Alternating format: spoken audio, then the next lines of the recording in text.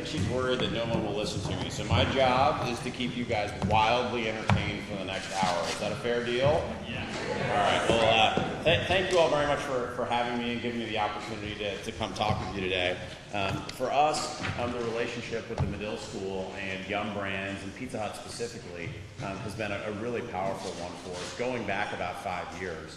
Our Chief Executive Officer is a guy named Scott Bergeron. Some of you may have seen him speak as a graduate of the program, and he really got us reintroduced to the school. And since that time, we have had a number of really talented marketers join our organization. Several of them are actually here today. We're easy to identify because we have these red roofs on our shirt, so that'll help you spot anybody. And we have a fun networking event that will follow this that you all are invited to immediately following, which involves what I believe is the world's best pizza, so you guys can enjoy that. And it's free, so you can't beat that. But the reason I'm excited to talk to you today is I actually started this journey in terms of the last 24 hours. We've been on a bit of a roller coaster ride at Pizza Hut, and I'm not sure if any of you have been watching any of the press, but some crazy person thought it would be a great idea to challenge somebody in tonight's debate to ask the candidates whether or not they like sausage or pepperoni better. Now, we can vote. Anybody want to vote? Sausage? Hand? Pepperoni? All right, so you're on track with the national polling. 60% of people that have voted so far have voted for pepperoni. But since we came up with this idea, which seemed like a nice, innocent little build onto a PR program, about a week ago, it really started to get picked up in a big way. The USA Today ran a story about it, the AP picked it up, went out on Yahoo News, and it just kept getting bigger and bigger and bigger. And I'll talk more about it. It started out really fun and positive, and I was in a terrific mood, and it was all lighthearted. Then it started to turn a little bit negative because people thought we weren't taking the debate seriously enough. And it was just really interesting to see how people started to engage with our brand over the past week. It all culminated last night. I got a call about 7 o'clock from the Today Show asking if I would fly to Fort Lauderdale to be on the program this morning. I politely declined because I was so much more excited to be here. But if you just look at that turn of events, when I woke up this morning, the first thing I did was pick up the USA Today.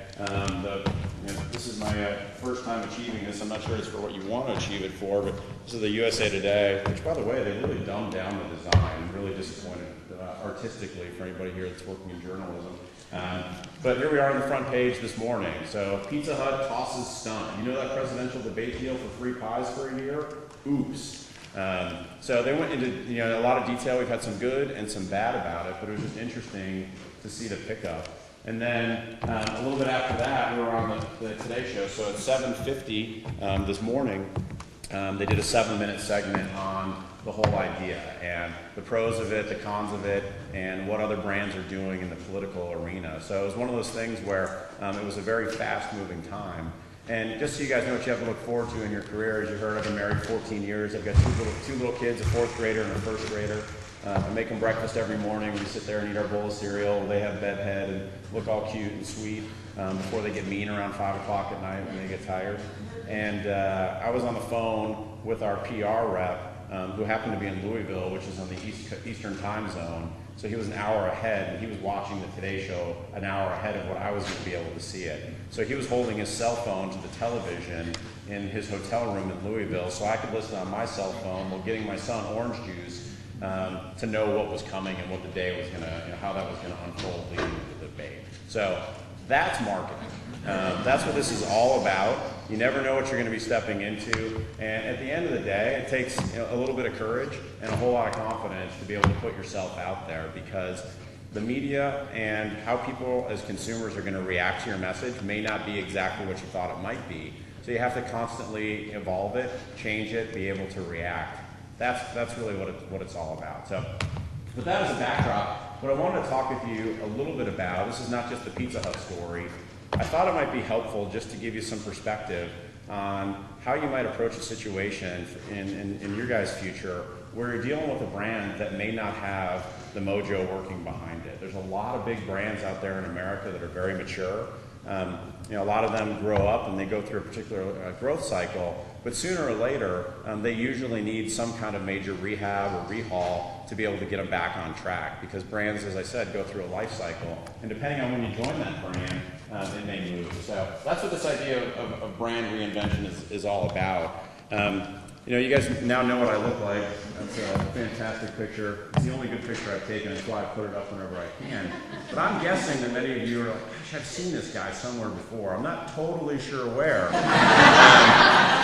But I am not Tom Hanks, and I'm definitely not Forrest Gump, but I apologize if that's distracting to you throughout the presentation. We'll just try and keep it going, and I won't make any jokes about Jenny or anything. But what I really want to talk to you about is this idea of reinvention. And Scott Bergeron has a phrase that I've stolen shamelessly, and he used to talk about getting in the ditch. Our business is a very rapid transaction business. We can wake up every morning at 6:30 and know exactly what happened the last night. Our business turns in a matter of days. If things are going well, if we launch a new ad or a new product on a Sunday, we know by Tuesday or Wednesday whether or not that thing is going to work, or if we've got a problem. Even if we just break a new ad, our business is very ad responsive, so we know it really quickly. So you know if you're on the right path, and you also know if you get into the ditch. For mature brands, it's one of those things, you hear a joke occasionally, how did you go bankrupt? And the punchline to that joke is very slowly at first, but very quickly in the end. That happens to a lot of brands because there's brand creep and there's equity creep, and you don't know exactly where these brands are going sometimes. And you rotate people through, and a lot of these big companies like a PepsiCo or a Procter & Gamble, people spend 2, maybe 3 years on a brand, and then they rotate on to another business and a whole new team comes in. And so there's an evolution that happens with a lot of change in thinking and in thought process that can cause a brand to move in a lot of different directions. You also see a lot of brands that were started by a very powerful founder, somebody that has a lot of energy to them. They have a really clear perspective on what that business is all about. And then that founder leaves and a brand gets in trouble because they lose a lot of the touch with the values that they had and the identity of what that brand is, because it was so tied up in what that founder thought. And so you see a lot of brands that have gone through that cycle end up in the ditch. And one thing I know about the ditch is that there's nothing fun about being on a brand in the ditch. I don't know what these guys are doing. There's nothing fun about trying to dig yourself out. I grew up in Chicago. I can relate to the situation. You guys all live here, so I'm sure you've been in this situation as well. But there's nothing fun about going to work every day and knowing that your brand's on the wrong track. But what you have to do when you're in those kinds of situations is dig in. And where the fun starts to come in is if you like to problem solve and you like to figure out what is it that we're doing that has us off the track. And at the same point, what can we do to fix things? And when it can get really fun is actually when a brand has gotten so far into the ditch that everybody's kind of given up on it. And it's this brand over in the corner. Everybody sees the brand team sitting there in the cafeteria.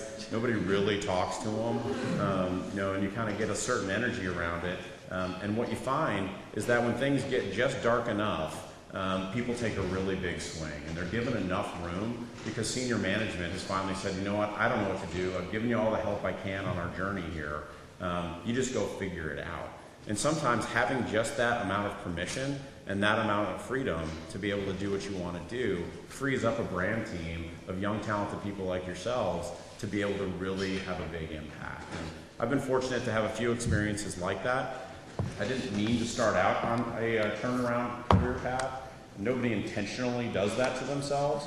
Usually you want to join brands as they're on their way up and ride that. But for me, I've had a few situations. I thought I'd share some of those. We'll go deeper on Pizza Hut and answer any questions that you have as we do it. But you heard in my bio, I've worked at a few different places. I started out in food and beverage on one brand that I could not say. It was called Olean, fat-free cooking oil, otherwise known as Olestra, the cooking oil that will make your intestines explode. Difficult to turn around. I started out as an intern on that brand, and so I got to see what life is like on a brand that you can't recover. But I worked on Sunny Delight, was the first brand I worked on at Procter & Gamble after that. But then I left and went to work in the beer business at Molson USA. which was in a partnership between Molson Canada and Coors USA, and had been a brand that had really had at its peak was the #1 import in America, but it had been on a really long slide. And both companies decided to reinvest and try and turn that brand around. So I'll talk a little bit about that. After that, I went to work at Frito-Lay and worked on Doritos, which is another brand that had kind of gotten lost over time. A lot of equity. Consumers loved the brand, but they didn't love the marketing of the brand. So there was a big opportunity there. And the last one I'll talk to you about is Pizza Hut, and that's the one I'll spend the most time on. Obviously, it's the most topical for right now. But at the core of it, brands get sick when they forget where they came from and they forget who they are. And that's probably the easiest way I can say this, where all brands have an identity. This is what is so fun about brand marketing and what is so neat about brand marketing. You get to be a caretaker of something that is really special to a lot of people. In a lot of cases, you didn't build it, you inherited it from somebody else, but your job is to carry that brand forward for however long you're going to work on that business and give it to somebody when you're done and in a better condition than you got it. That's what brand marketing is all about. And so over time, as I mentioned before, sometimes brands just kind of lose sight of who they are. And a lot of times you get a group of really smart people in a room and they work so hard at analyzing a problem that they can't come up with the answer. They get paralysis by analysis. You just kind of lose sight of the touch that you need to just think like a human being. You're trying to be so smart and so connected and show all your managers and everybody else that you've got the problem solved. And sometimes you just need to be able to take a step back and look at what got a brand to where it was in the first place. And going backwards isn't always the way, but you just need to know what a brand's all about and give yourself the permission to fall in love with what that brand was originally and then find new ways to contemporize it and bring that to life. And I'll just talk a little bit about Doritos. This was the marketing campaign I was running, I know, when I started on the Doritos brand.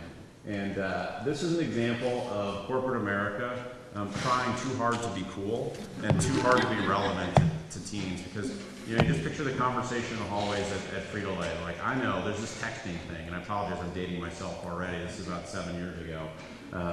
This texting thing's really taken off. Those kids love it. Let's start talking to them using text lingo. It'll be fantastic. So the campaign was called INNW. Does anybody know what INNW stands for? There you go. That's $40 million. All right, so INW stood for If Not Now, When. So that's what that was supposed to be. It was a lifestyle campaign. It was all about Doritos, seize the moment. Look at your faces. You're horrified by this. So if not now, when? We're going to go after it. Live Strong. It was just out. Everybody's wearing the yellow Live Strong bands. So my first day, I came into my new office. Again, just started. There was a giant package of about 5,000 red INNW bands that I was supposed to be giving out to everybody. I had your same reaction. I had to kind of keep that quiet since I was brand new, but that's what it was all about. It was just trying too hard to be teen cool. And just, if you can look at the logo on the left-hand side here, the Doritos logo, that looks like it's straight out of 1982. That wasn't that long ago. So, if you look at where the brand was, it had just gotten onto a drifting path. And there were a million other examples of what was going on with this brand, but I thought these were some of the most striking to just get after it. They had renamed flavors. Cool Ranch Doritos, everybody familiar with Cool Ranch? Well, because they wanted to be able to trademark it, they decided to call it Cooler Ranch. Cooler than what? Don't know. It's Doritos. It's already cool. But that was a brand. It was a huge product, extension for Doritos, but they moved on. Nacho Cheese Doritos. Everybody familiar with #1 selling flavor of Doritos? Because they could trademark it, the lawyers got involved, and so then they decided to rebrand it and call it Nacho Cheesier Doritos, because that was the fourth product upgrade. They wanted to make sure they knew it was cheesier. Well, the problem was cheesier is not necessarily a good thing in consumer lingo, and so people started to make fun of it. There are example after example of people with the right intent trying to push a brand into a place that it just shouldn't have gone. And so, we sat down and went to work and just said, look, this is not happening. I was new at the company at the time, so I didn't know what to not say. And so we were in a meeting working on a creative brief, just saying, what do we want a new agency to do? Our agency got fired out of this situation. It was BBDO out of New York. That's a lot of times what happens. But we sat down and said, okay, we're going to brief new agencies. What do we want to ask them to do creative on? And we kept trying to find the perfect words, and you guys will get the chance to do this over time because those words on creative briefs that you give to an agency really matter. And you can either inspire people with them or you can confuse them. And our first few passes, we tried to just be too smart, I think, in the language, and we were having a hard time getting people to connect. And I finally sat down at the time with my VP of marketing. I was a brand manager at the time.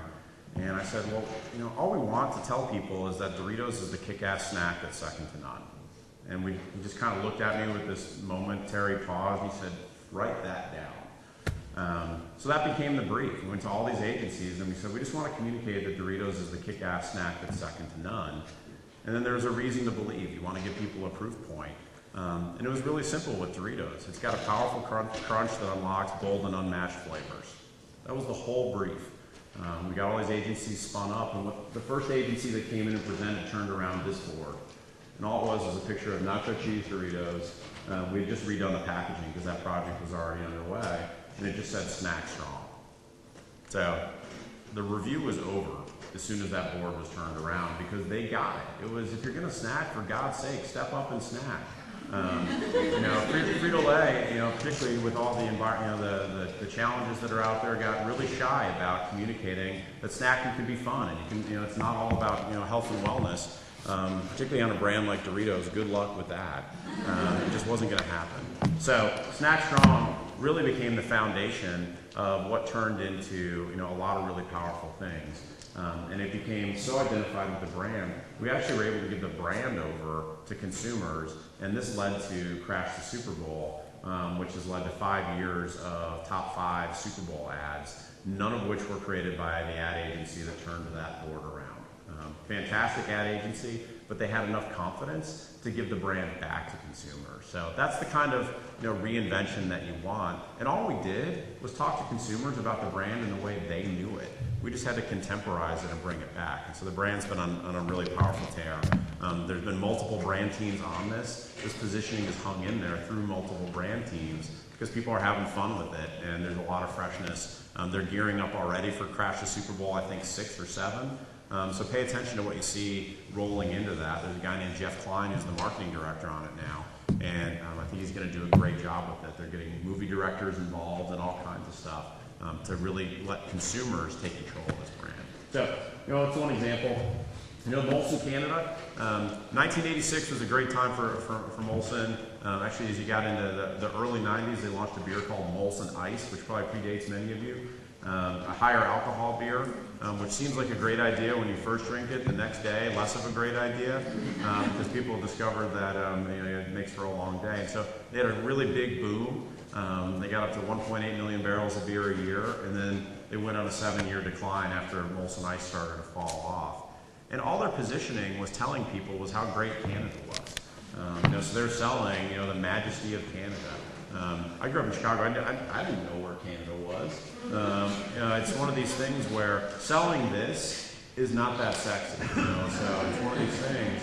There was nothing in a bar that this visual imagery was going to give you extra cool points as a young adult male to be able to connect with. So we went back to work on this and said, look, it's great to be Canadian. It's great to have Canadian heritage. I was working in an office with Jeff Molson, the seventh generation direct descendant of the founder, John Molson.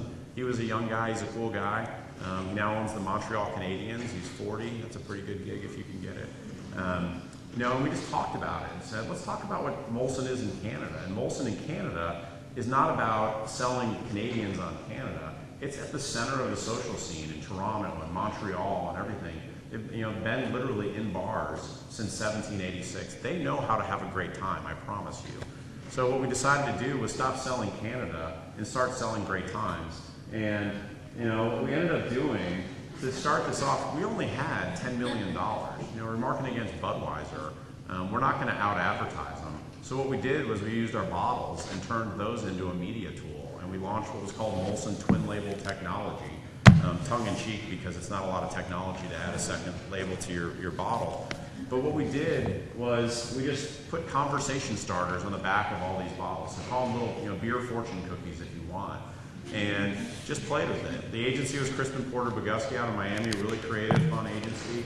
They were trying to break into beer. They didn't have any beer clients, so they worked on our account for almost no money, but they wanted to prove that they could get into beer. And so we came up with 232 twin labels, put them out there, and they were random on the bottles.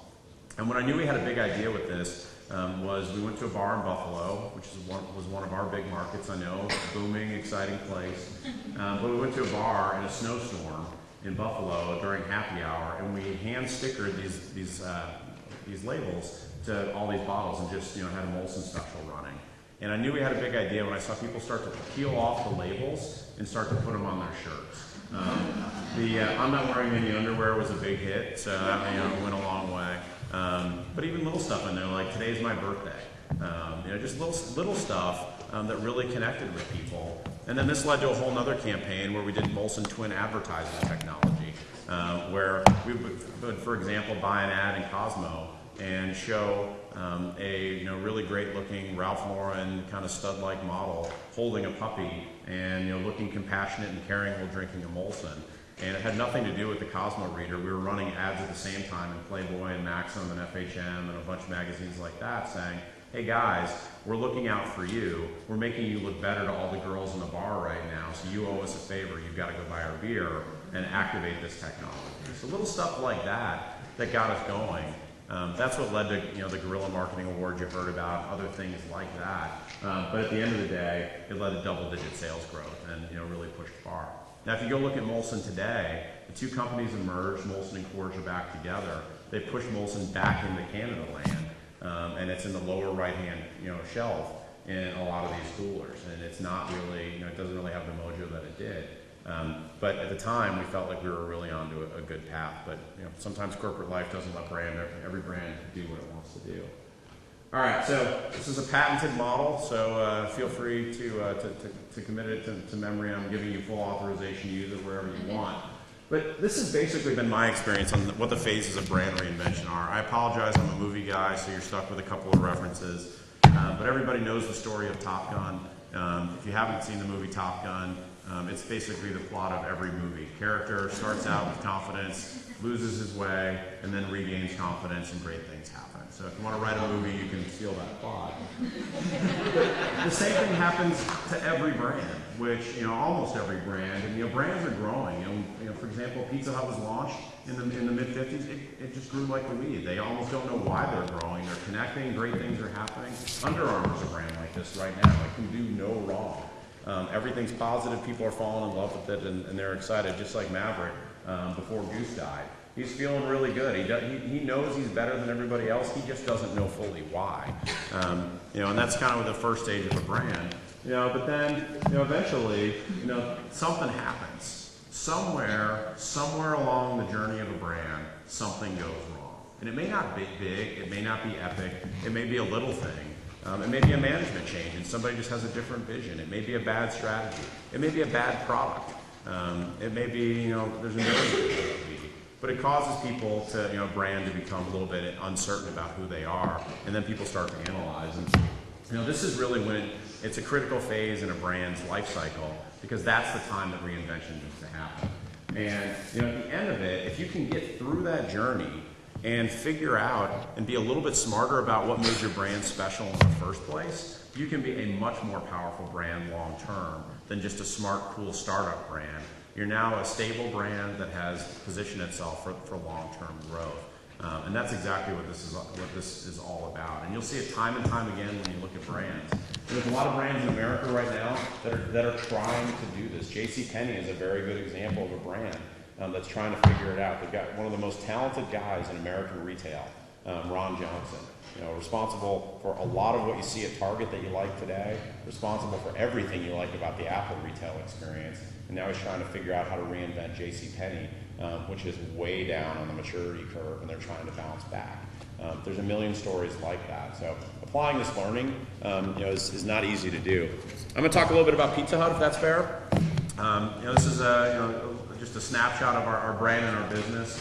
Born in 1958 in Wichita, Kansas. We currently have about 6,200 restaurants in America, and we're doing about $6 billion in pizza sales annually. I know that may seem hard to believe here in Chicago. You don't necessarily see Pizza Huts on every corner. But when you look at the scale of the brand across the board, we're pretty well penetrated everywhere in America.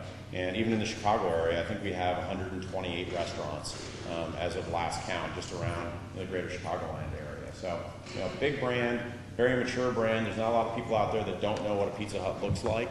They're very, very well versed in it. This is the pizza category in a snapshot.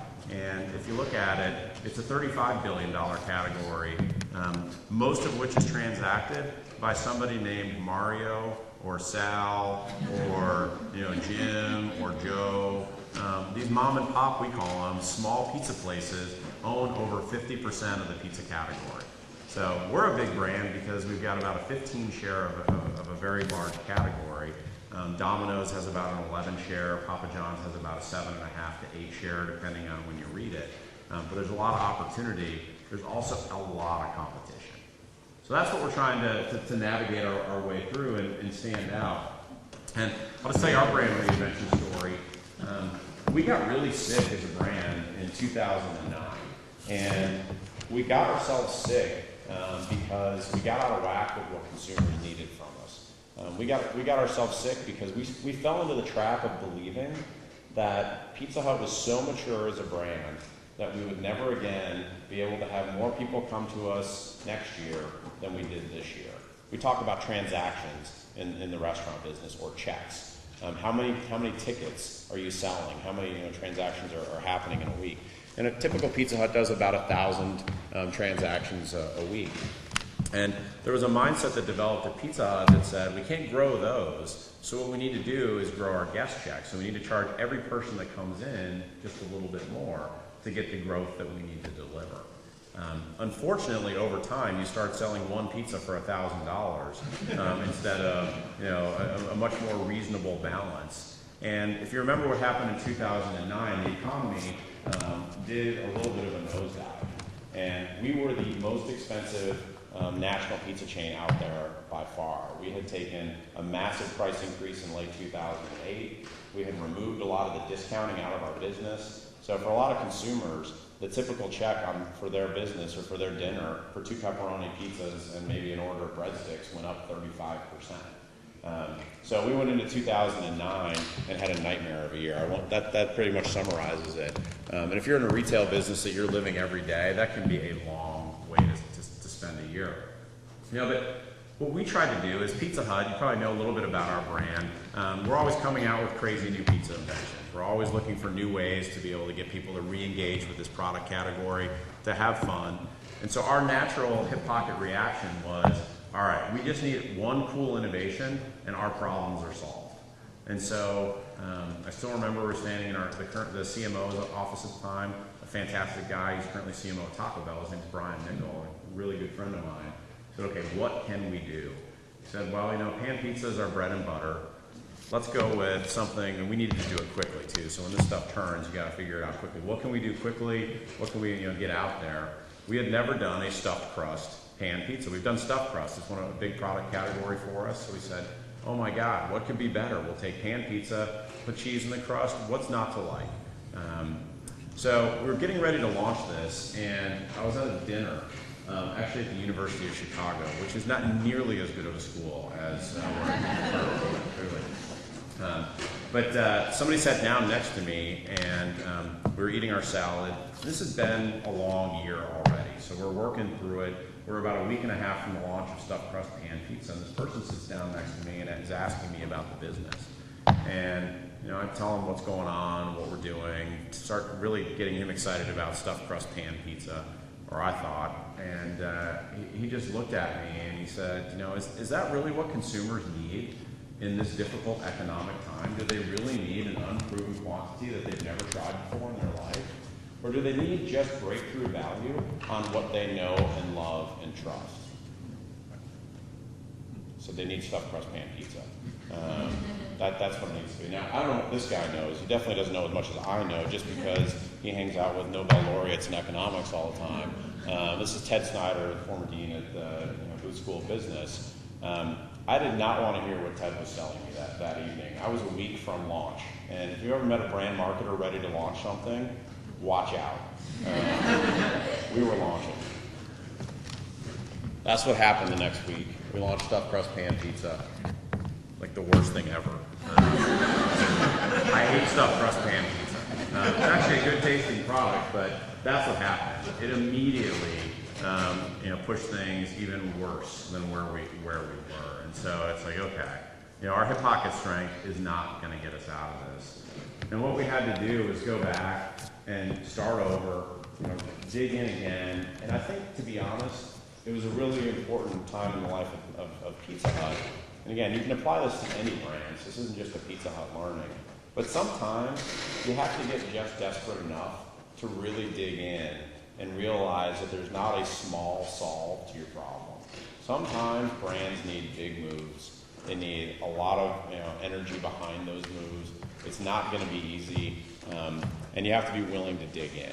So that's why I always go back to stuffed crust pan as a touch point, because what it proved was a little bit of innovation. A new product wasn't our issue. We had to really dig in on the big, scary, fundamental core issues of the brand. And for us, and as a brand marketer of the future, you need to keep a close watch on this. The reality is brands are what they are, so that they can charge a premium versus private label versus lower scale products. Your job is to build inherent value into your brand so that you can charge more for it in theory. So if you do that, you're okay. Our problem was we had gotten way out of whack on the price gap versus the competition. So Walmart decided they liked selling pizza a whole lot. So they're selling pizzas for $5. Papa Murphy's, is a take and bake concept. They're selling pizzas for $6, $7. Little Caesar's selling them for $5. Domino's is selling them for $5.99, and we're selling a large specialty pizza for $16.50. Our pizza's good, but it wasn't $10 better per pizza. Not even close. That's what we had to solve. Here's the trick. Pricing goes one direction. Always, if you look at almost every brand, just look at inflation, what's going on. Gas isn't getting cheaper. Cars aren't getting cheaper. Homes aren't getting cheaper. So our pricing had moved so far up, we had to figure out a way to be able to get people to re-engage and fix that problem. And at the same time, we're a franchise business. So we don't have the legal ability to set pricing for our franchisees. We have great franchisees, over 150 of them, that have been with the brand for years and years. They're big franchisees. Most of them own at least 40 stores.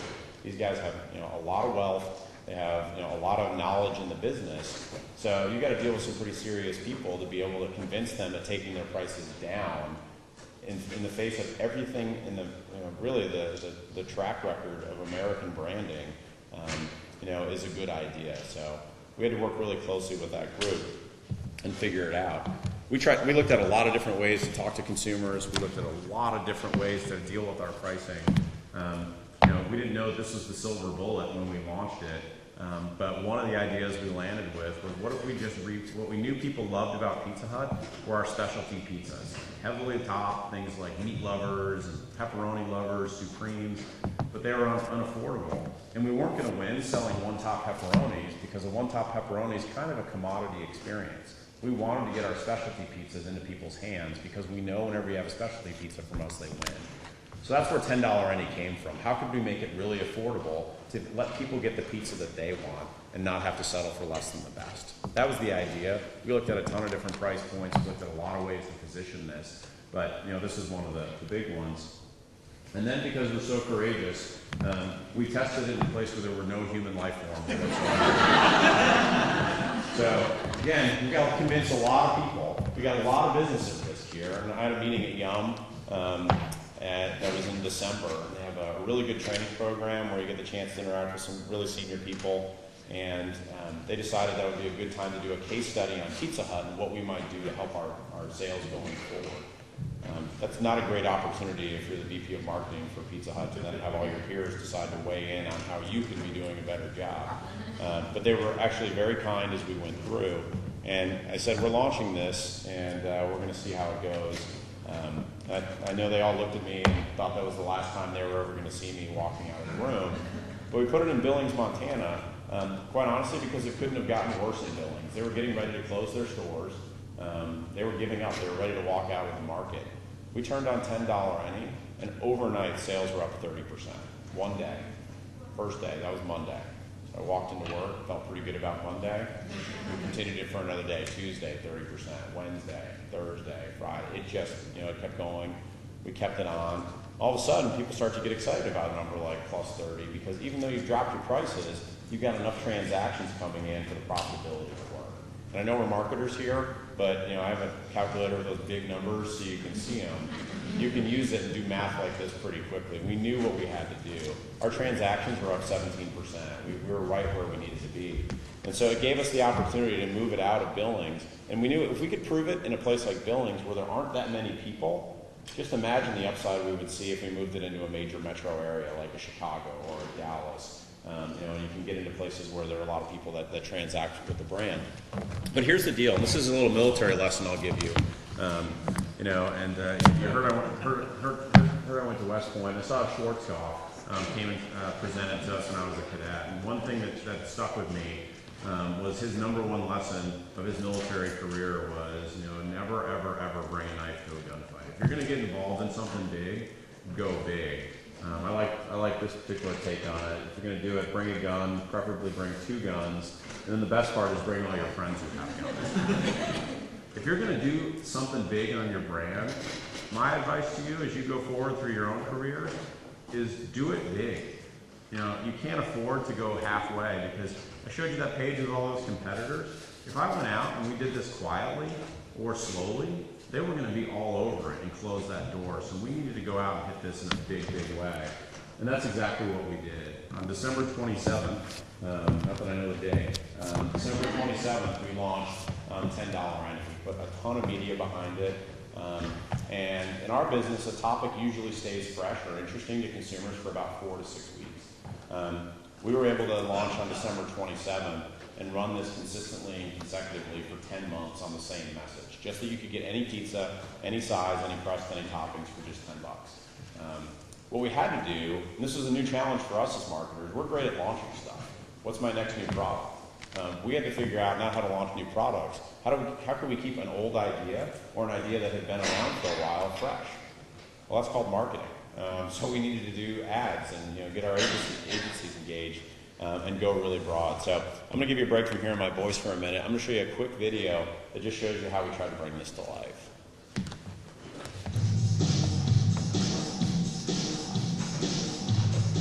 We could never all agree on what kind of pizza to get. Someone would always have to sell. It's insane. Any pizza, any size, any crust, any topping is just $10.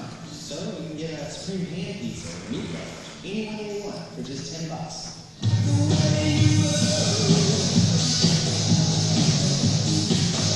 Sure, we're broke college students, but we don't have to eat like we're broke. Right now, we can get any pizza for Pizza Hut for just $10.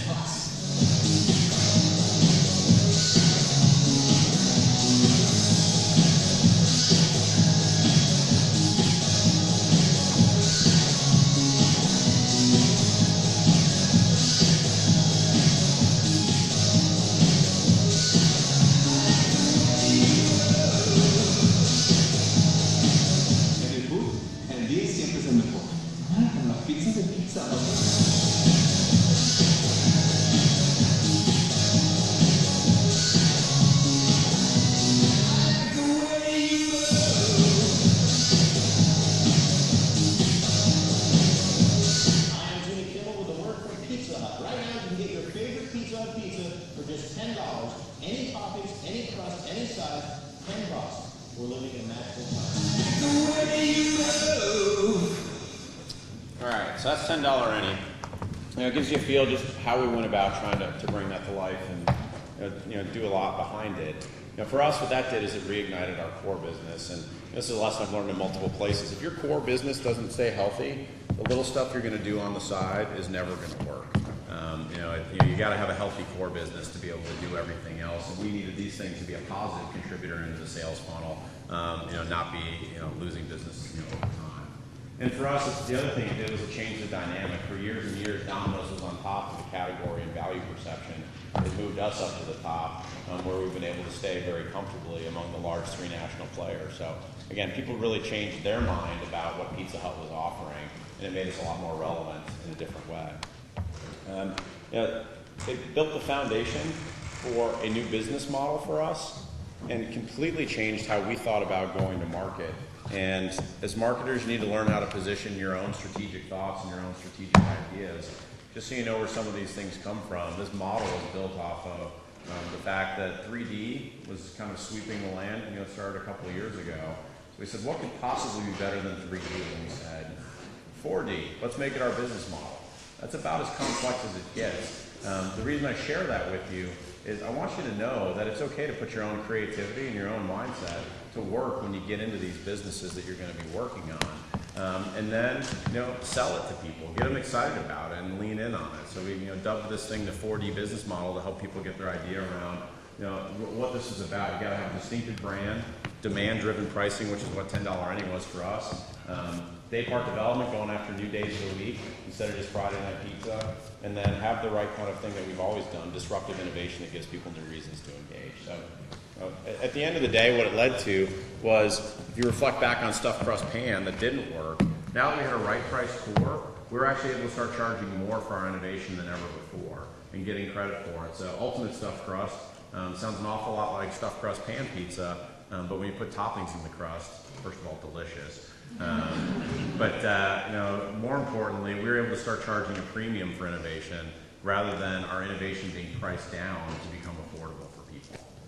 That really was the foundation of what we tried to do. But at the same time, we had to go about building our brand. So we couldn't just say we lowered our prices. All of a sudden, we're doing mattress advertising, and everybody hates mattress advertising. It's Labor Day sale, it's Valentine's Day sale, it's Groundhog Day sale. That's not where you want to be. So we also had to invest at the same time in building our brand. So I'll show you a couple pieces of creative. One that was actually more directly targeted at our own team members and employees, so they had the perspective, and we've got over 200,000 of them out there. We needed to have them engaged in what we were trying to create for people, which was their favorite experience. And then we had to talk to consumers about it as well and show them why we believed we were a part of the fabric of their lives. So I'll show you 2 ads. This isn't just a pizza. This isn't a pizza. This is someone's dinner. This is your kid's favorite night of the week. This is more one-on-one time with you. This will make the best sleepover ever. This is the reason folks show up to your budget meeting. This is how you guarantee a second date. This is what you're looking forward to after a long day. Because we don't just make pizza. We make your favorites. Now you never forget that. Because my favorite thing My favorite thing? is serving you. Your favorites. Your favorites, your Pizza Hut.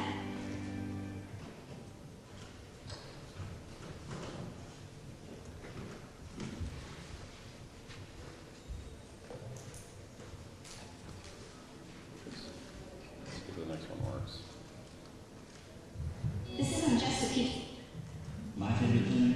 My daughter's way of saying, welcome home. Instant breakfast.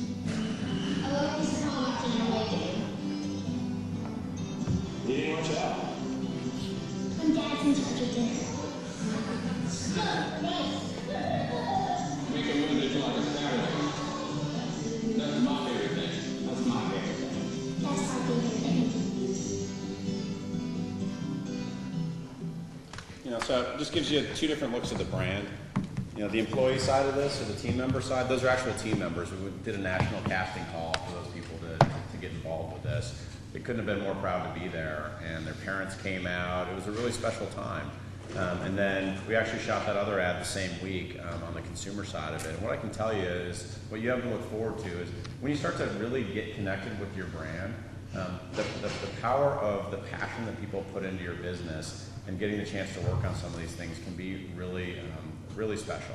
And I think that's a chance that you guys all have to look forward to here very shortly, because I know the energy our creative teams are putting into that kind of work. There's just a different sense of commitment and passion around it, and that's what you want. If you can tap into that, then you can start to engage the balance of your organization. All right, so at the end of the day, it drove double-digit growth for us. In 2010, our sales were +9, our traffic was +17. On a very mature business. That's a good place to be. So we felt like, we were in a great place. But, what we also had to do was evolve our place. A lot of you guys know Pizza Hut. You think of this old red roof building that you see in the 1970s through the 80s. 1958, that's the original Pizza Hut. If anybody wants to visit it, you can still do that. Really, because we've engaged people, gotten people back into the business, we've been able to do is start evolving our place. We're reinvesting in all of our assets. We're rebuilding all those buildings that were getting old and tired and dated and just out of touch. But actually, our biggest store is not a physical building at all. It's pizzahut.com. It now sells $1 billion a year worth of pizza, and it didn't exist 5 years ago. Just think about that. The way we engage with people is we've created a new favorite place for them, which is their own place. We're very actively engaged in the delivery and carryout business. For us, if you look at, sports teams can't even get people to fill Yankee Stadium during the playoffs. It's because the environment at home is better than the stadiums can create. It's really tough for restaurants to be able to create a better experience for a lot of people. So we've been able to engage in this and really use digital as a platform to advance the brand very quickly. And it's actually been a lot of fun because when you think about cool brands, every interview, it's like, what's a cool brand? Everybody's like, let me tell you about Apple, right? Great brand, very cool. Apple called us and said, we want to feature your app in our iPhone ad. Can we do that? That's a great phone call to get, right? You're like, I don't know, we better think about that. We're not sure. You can use our app. Can we come out? Can we help you? And like, no, we don't want that, but we just want to use your app. And what we found is it was one of the top 10 reasons people actually were taking advantage of an app on their iPhone was for pizza ordering. So all of a sudden, that was something that proactively happened. We just became the official pizza of Xbox, so not to reveal too much too soon, but in the next couple months, you're going to be able to go into the Xbox gaming environment and use your Connect system to order Pizza Hut pizza without ever leaving the gaming environment. So take that, Domino's and Papa John's. These brands are coming to us. We're getting invited out to go meet with Microsoft. We're getting invited to go meet with Google. We're out there meeting with Facebook. We're Pizza Hut. We sell pizza.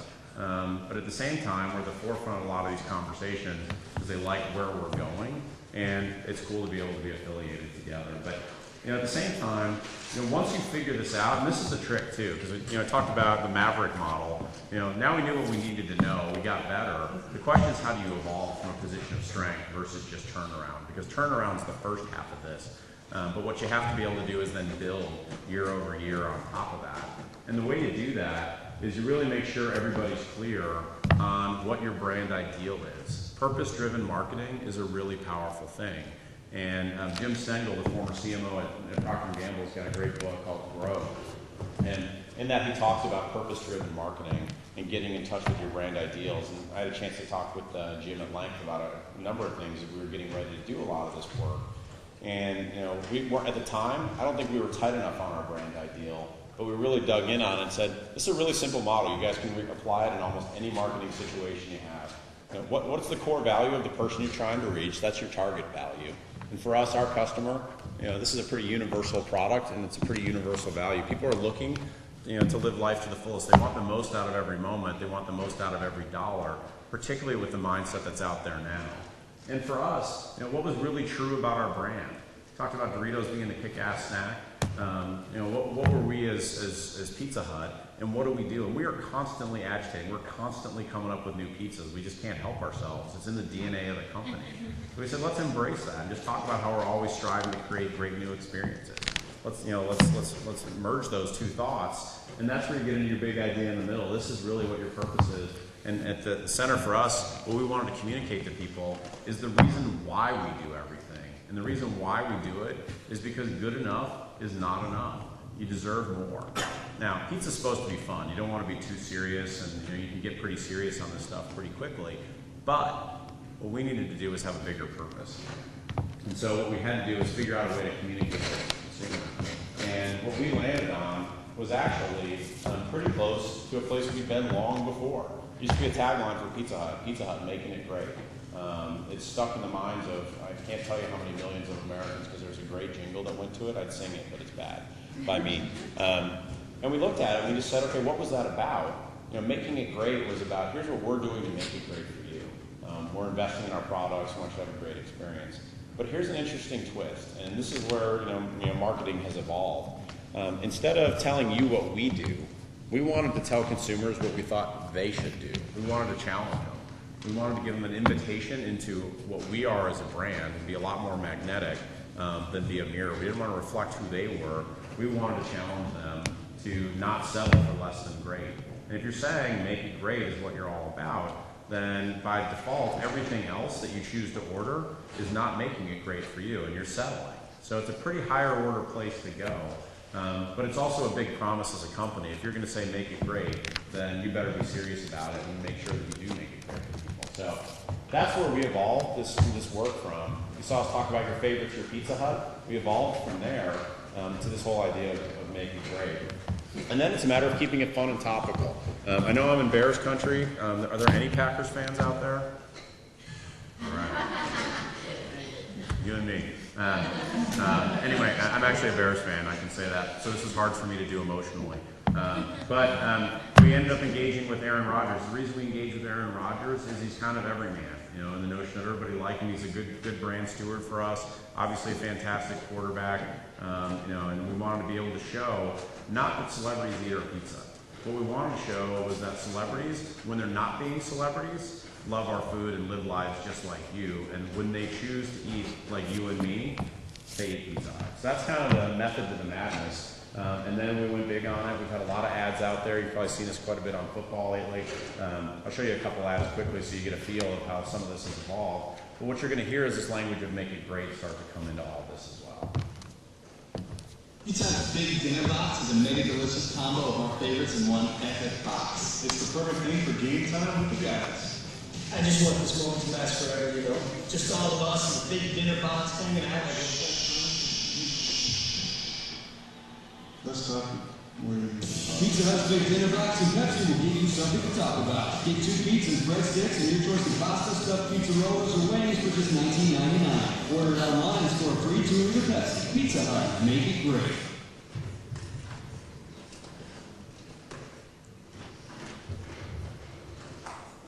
We're at Aaron Rodgers' awesome man cave at Pizza Hut's Big Dinner Box. It's all of our favorites in one epic box. We could do this every week. So we're moving in. No, you're not. But we're still eating pizza. Yes, we are. Yes! Go all in with Pizza Hut's Big Dinner Box and Pepsi. Get 2 pizzas, breadsticks, and your choice of pasta, stuffed pizza rollers, or wings for just $19.99. Order it online and score a free 2-liter Pepsi. Pizza Hut, make it great. All right, so just a couple examples of what that's about. And then, all right, I'm going to hit this stuff briefly because I know we don't have time for Q&A. But there's other tools you have besides advertising to work with. And the phrase that we use a lot is approachable swagger. That's the kind of tonality we want to have as a brand. We have confidence. We're like that 50-year senior that knows where all the cool parties are. We've been around this category for a long time, so we want to get people engaged with us. A couple things that took off like a rocket in the world of PR that have blown me away. Last year, in February for Valentine's Day, we had this product called the $10 box. And so we made it really easy for a guy to propose to the love of his life by offering a proposal box. For only $10,010, we took care of everything needed to create the perfect romantic proposal. So it got picked up everywhere. Saturday Night Live, Colbert, all of it got picked up in a really positive way. The thing that I think actually caused it to get picked up, 2 things. One, the women of America were so horrified by this idea that it became powerful, and every guy out there knew that they would be horrified by it. The second thing was that we had the confidence to charge the extra $10 for the dinner box that went with it. Now, those are real conversations. Do we charge $10,010? What do we do? What do we not? And we talked about it. We said, you know what? It's a great value at $10. We don't need to give them any better of a deal than that. And it became a big topic of conversation. And then of late, I talked at the opening about the pizza party and what's been going on there. Simple little idea. Let's have the big dinner box run for president. Well, if you're run for president, you need a party. What better party than the pizza party? We thought nobody would pick this up. It's not that new of an idea. But then at the 11th hour, we decided to throw out this notion of, let's put a question in there. Let's just throw it out there and see if anybody has the courage to ask it. And we added this notion of ask for one of the candidates, sausage or pepperoni, and we'll give you free pizza for life. Well, that gave this idea a lot of life. As of our last counting, we're at 400 million media impressions in the last week on this particular topic. Not all of them good, a lot of them good, but a lot of them, not super nice either. But at the end of the day, we're part of the national conversation. We have no right to be in the middle of the conversation about the presidential debate at all. And the people that keep calling me from USA Today, the AP, and all these reporters are so offended in some ways that we had the gall to insert ourselves in this situation that they can't help but write about it. But the thing that's interesting is they're the ones that keep writing about it. So the ones that are saying you're wasting America's time, there's a lot of stuff going on in the world. We're on the front page of the USA Today right now. There's wars going on. There's a lot of stuff. It's just really interesting. So what I thought I'd do is quickly show you what Stephen Colbert had to say. It's just a couple-minute clip, and then we'll very quickly turn into the questions. But I think this is what you get. You get some positive, you get some negative, all in the same package. But I thought Colbert did a really good job and a pretty balanced job of bringing this to life.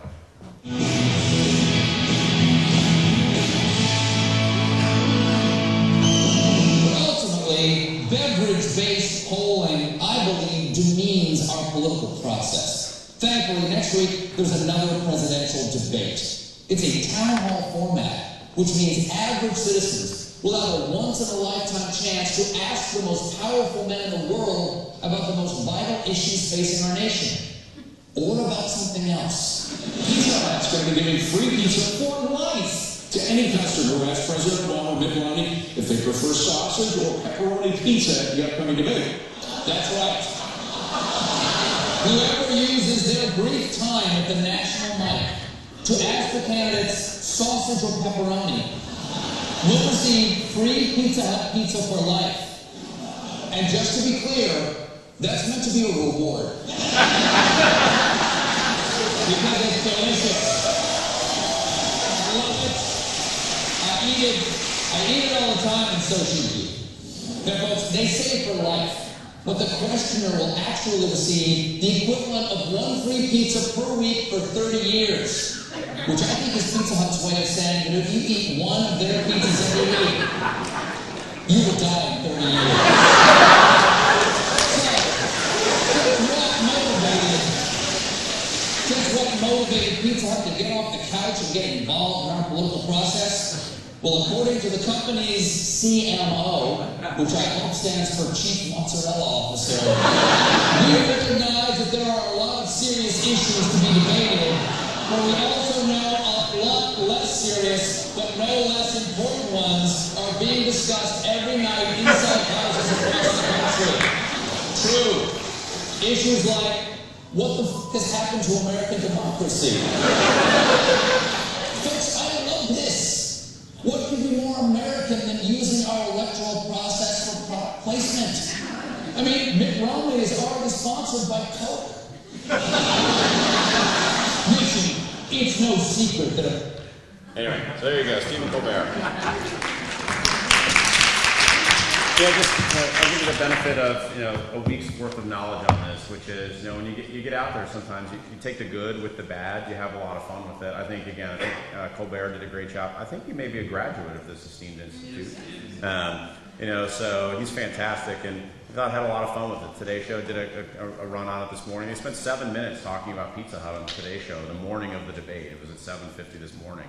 It's you want to get out there, and you're going to take some chances to put yourself out there, and then you kind of see where it all plays out. But it's been a lot of fun for us. I think it's really about injecting yourself into the conversation.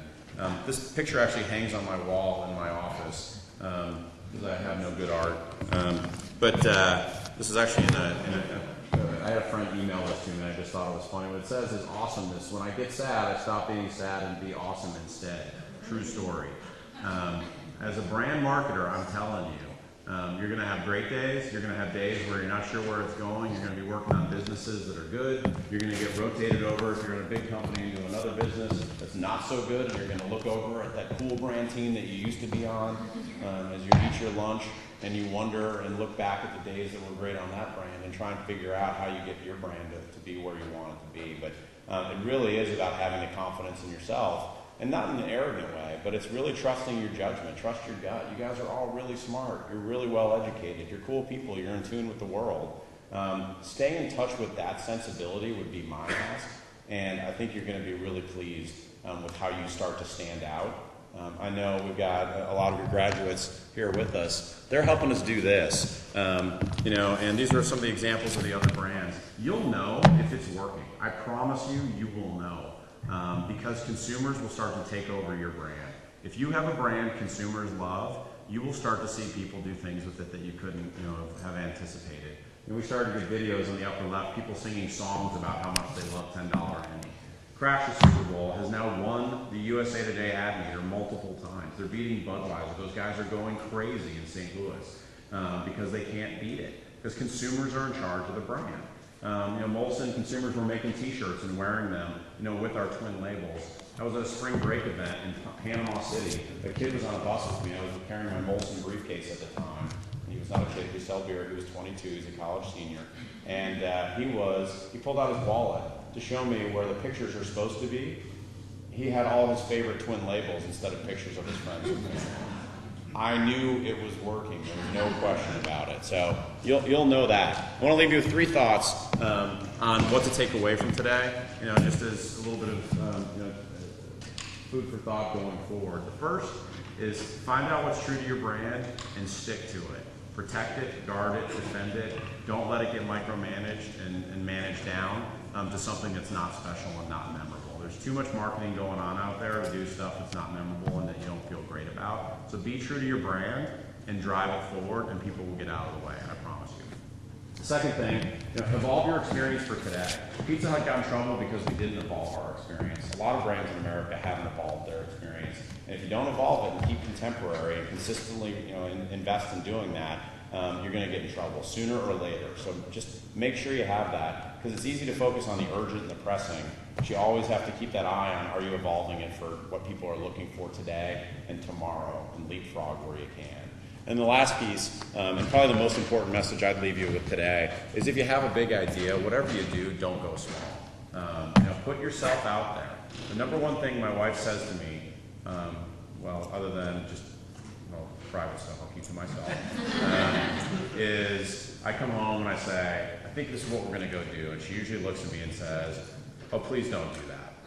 Please don't do that. I'm asking you, don't do that. You're going to get in trouble. And that's usually when I know we're in the right place. And she's smart. She's amazing. But if I can get her just a little uncomfortable with what we're about to do because she's fearful about what might happen to me as a result of it, if I end up looking like Pizza the Hut on Colbert, then we're probably in the right place. So, that's my advice to you is go big, have the confidence, and lean in. So, now, last thing, and then I'll take it for questions.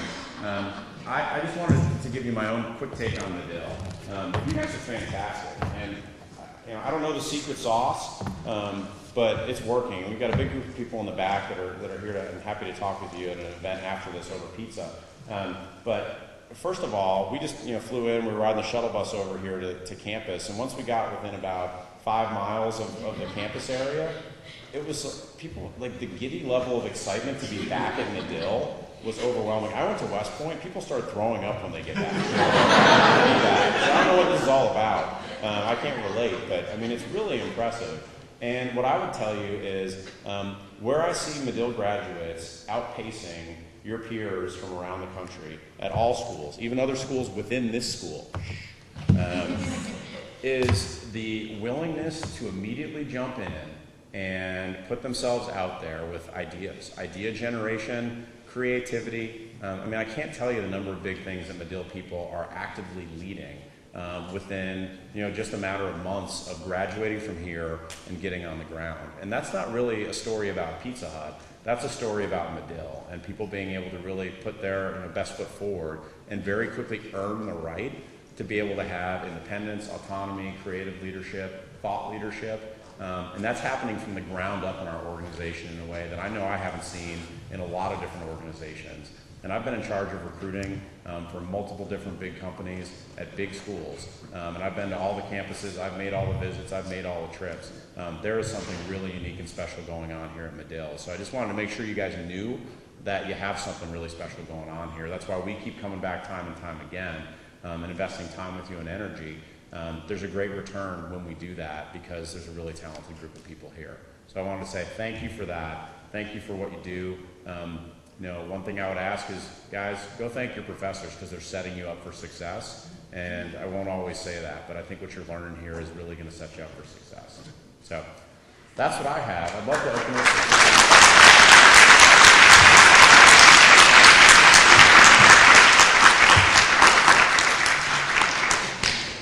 I know I talked a long time. Are there any questions out there I can help you with? It doesn't have to be about Pizza Hut. It can be about anything.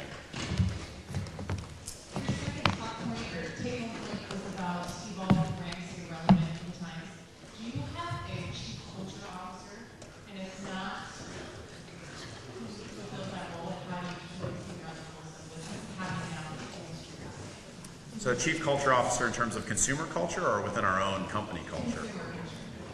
We don't, and it's actually, we have a director of consumer insights. Her name's Penny Shaheen, and her job, a big part of her job, she's actually director of insights and innovation both. So one of the big things she's supposed to be helping us do and does a fantastic job with is really just staying connected with consumers as much as we can. We've got multiple agencies that work on our business. We've got a lot of really fun, people that are pretty connected to what's going on in culture. We've got young brand marketers that are out there that stay connected with it. So we don't have a chief culture officer, but what I would say is that we have a culture that has an expectation that everybody that works on our business is going to be pretty plugged into what's going on. And I'll give you an example of a Medill graduate who's not here because she's out accepting an award on our behalf, Caroline Basulo. She's our director of advertising. She graduated from here, I believe, 5 years ago, if I'm not mistaken. And one of Caroline's unofficial jobs, it's not on her business card, but everybody calls her the cool chick. And what is great about Caroline is she's just got a sense of what's going on out there and a willingness to share that, which in a lot of big companies is viewed as unprofessional. You try and become so mature in your executive presence that sometimes you neuter out how you really behave with your own friends. That's the kind of culture, connection that we want to have, and Caroline does a great job of putting that out there, as does the balance of our team. We try and just keep it pretty real and just let people be themselves, and that usually translates itself into things that are pretty culturally relevant. Does that help?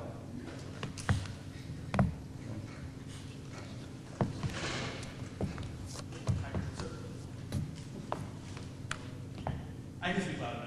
So, a small group of us actually just came back from Asia, and we saw a lot of Pizza Huts out there in China.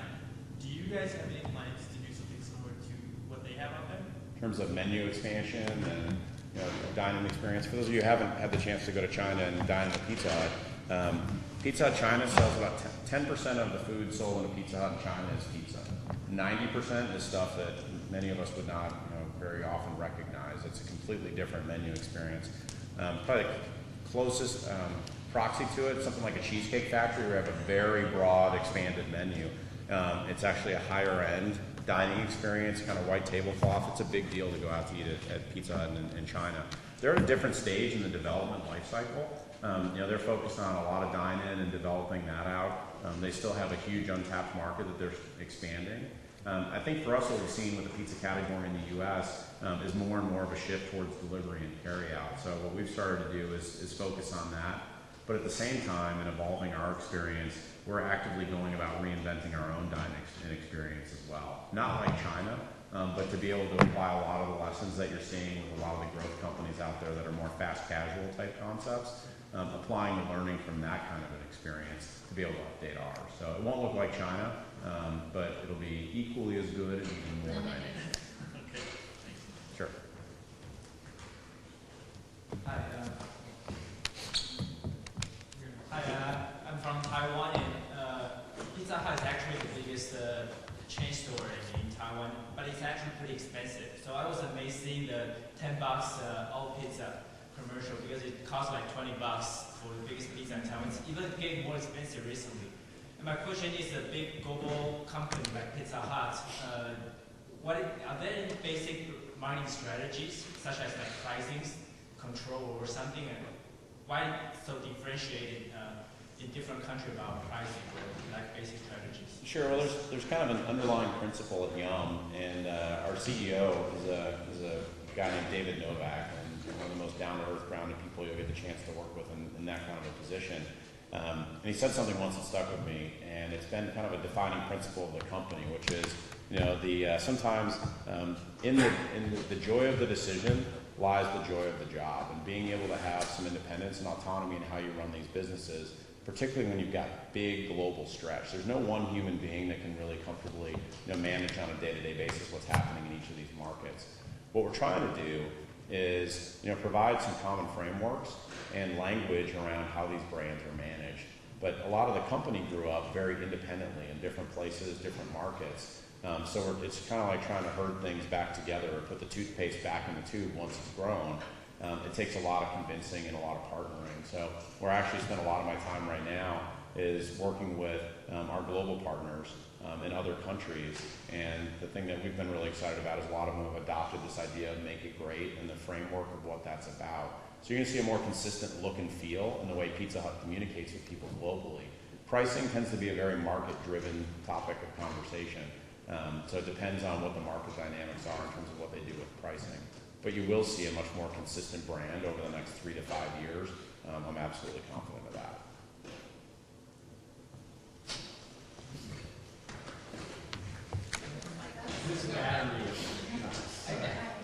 So you made another statement about this whole presidential PR thing about if you had the ability to change the question, it would be like, how will you make America great as we did with Pizza Hut, which I think is a fantastic question. Given a choice when these kind of faux pas or little mistakes happen, do you go ahead and change them, or do you just completely will you take a back step and just let things be? What's your strategy now after this? Yeah, sure. Well, I think there's a lot of ways to go, and there's definitely going to be a lot of Monday morning quarterbacking on what we've done and how.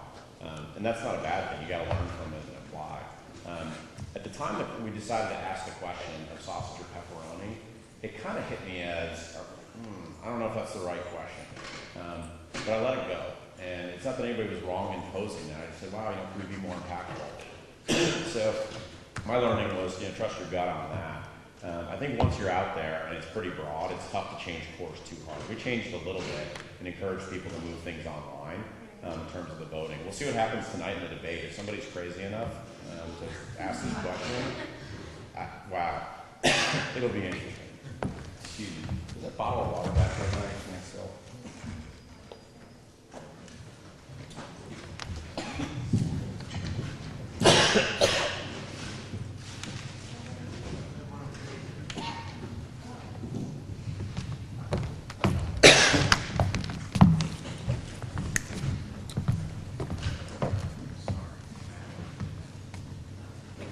You're not supposed to ask me such hard questions.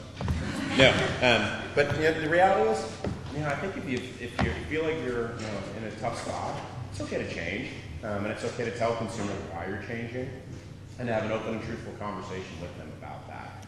So that's what we try to do through this whole process. We didn't want to let the negative people or the naysayers take over what was actually a really positive idea. So we didn't want to change it too much, and we didn't want to necessarily change our point of view on it. But we did want to be respectful of the other point of view as well, because we want a lot of people to engage with our brand. So that's what you have to balance. There's not really a perfect map to follow as you get into these. There's a lot of people that will weigh in to give you help and perspective. But at the end of the day, I'd say my biggest lesson is whatever your idea is, once it's out there, you're going to own it. So just make sure that you trust your gut. And I had my first brand manager at Procter & Gamble. Every year they had an annual meeting, and they would put up all the ads in advance. They'd run every ad that the company had developed that year. And what he would always say is, if you're in the process of making an ad, just remember that meeting and sitting in the audience. And if you're not proud of what's going to be played on that screen, don't let it go. So what I would say is just make sure that you focus on what you think is right, because you're going to own the result no matter what it is. And then all you can do is trust your gut and your judgment and hope that you're right. Thank you Dan? But so, regarding the Xbox partnership, did you reach out to them? Did you try to review? Did you have to kill a CMO at Papa John's and Domino's to proclaim and stuff? Is there going to be an advertising thing that goes along with this where you want to keep it in like closed forum? Xbox. Yeah, no, this is one where they came to us actually with this idea and said that because of the scale of our brand, they wanted a pizza brand to be in this particular environment. It works really well, but they wanted to partner with the biggest pizza brand. So that's what led them to our doorstep to talk about it. We'd also been doing other advertising with them, so it made sense. We have a really good relationship with them, and we felt like it was a good combination. So we didn't have to beat off Papa John's and Domino's or anybody else because we looked at it, identified it as a really good opportunity, and just decided to press ahead. Among all the methods that you carry out the big idea, like you said, to make it big, like TV, PR, and then like post all of these. What is the thing that is be the first one to reach the customers? And how do you incorporate all of these methods to carry out the big idea? Yeah, I think for us, still the biggest reach vehicle out there is television. We tend to build a lot of that because you can get reach very quickly, and you have the opportunity to tell a pretty complete story. What I will say though is that all the other aspects of the media mix are becoming more and more and more important every year. So we're investing more digitally every year. Television inflation, despite viewership being down, television media is becoming more expensive because it's harder to get the same eyeballs. There's the same number of people wanting to reach those eyeballs. So you've got lower supply, higher demand. And this year, if you look at the upfront media market, it was up 8 to 9%. Eventually, that's going to flip over because advertisers are going to realize they can't spend their dollars the same way. And you're going to see that flip because they're going to get more and more comfortable with digital. But it's going to take time. So we tend to start with a television message. But for us, we also tend to look at the core of an idea, not necessarily the television execution, but we look at the nugget of an idea and say what's special about it and how can we make it unique in each of these different areas. So what might make a great idea for a TV commercial might be a terrible PR campaign. So we have our team work cross-functionally across PR, advertising, our digital efforts, our social efforts. All those people sit down multiple times a week just to talk about what's going on and how we can make stuff cool and interesting. So that's how those groups stay pretty close. But in terms of timeline, like your other functions, wait for a TV commercial to come out. For example, it would be probably harder to come out with a TV commercial because it needs production, it needs idea, it needs creative. Rather than you do it online, that you release this big news, how do you do in terms of timeline? Yeah, well, we stage out our calendar pretty well in advance, so we'll go in and we know what we're going to be talking about for the next year. So I know what we're going to be talking about in 2013 now. What we'll be doing throughout the next year is tweaking it to make sure that we're staying topical, we're staying relevant. If things change, we can move on the fly a little bit. But we do tend to start with television because you got long lead times. But when that television work is going on, what people are doing behind the scenes and all the other functions is getting all their pieces ready to go so we can sync up a TV launch with what we're doing in the other areas. So, sure. Hi, first of all, fantastic presentation. You can tell you're really excited about the brand because it feeds off from the audience.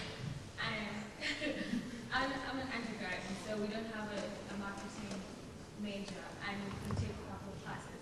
But throughout your journey with different brands over the years, would you recommend undergrads to go to grad school first before we go test the waters, or would you say go in and go have fun immediately? That's a great question. I'd say, I think everybody's journey is their own journey to a certain extent. So I don't want to drive too many people's life choices here today. But what I would say, I think I didn't go to this specific program. I went to graduate school in Texas. I'd gone in the Army for a couple of years and came back. And what I saw in graduate school was people that had a couple of years of work experience had a little bit more focus on what they wanted to go do next. So I think they benefited from spending a little bit of time in the workforce to either realize that they loved what they were doing or they didn't. And there were a lot of people that were career changers. Almost everybody I know that went into brand marketing used to be a CPA. for what that's worth. They all, you know, their parents all told them, be an accountant, that's stable, get your CPA, it'll be fine. They all started doing it, and they weren't that happy. The guy's currently head of advertising and strategy for Walmart, was a classmate of mine, a year ahead. His name's Tony Rogers. He's who got me into brand marketing. And there were a lot of people like that I met in grad school that knew what they wanted to go do, and I had no idea. I thought I was going to be an investment banker because I'd seen the movie Wall Street, and I thought that looked cool. That was about the sum total of my career plan. So I think I benefited from a lot of their collective experience coming back into school. That doesn't necessarily mean that's the only path. I think, you know, the earlier you can get back into graduate school and use that as a springboard for you. I know I benefited from getting back in at a relatively young age. After only a couple of years out of the workforce, in my case in the Army, to come back, that benefited me quite a bit, I think, because I was able to get a little bit ahead of the curve, where I had a lot of other friends that, you know, had been in the workforce for 5 or 6 years. It just gave me a little bit of a head start versus some of my, you know, peers, age-wise anyway. But I think experience, you know, you can have the same experience. Does that help? Yeah. It's a big question. It's a big life question too. But congratulations to all of you for being in school here. I think it's great. Kurt, thanks to you and your people. Should we continue this conversation up with some fine pizza? I think that sounds great. We've got all big dinner boxes.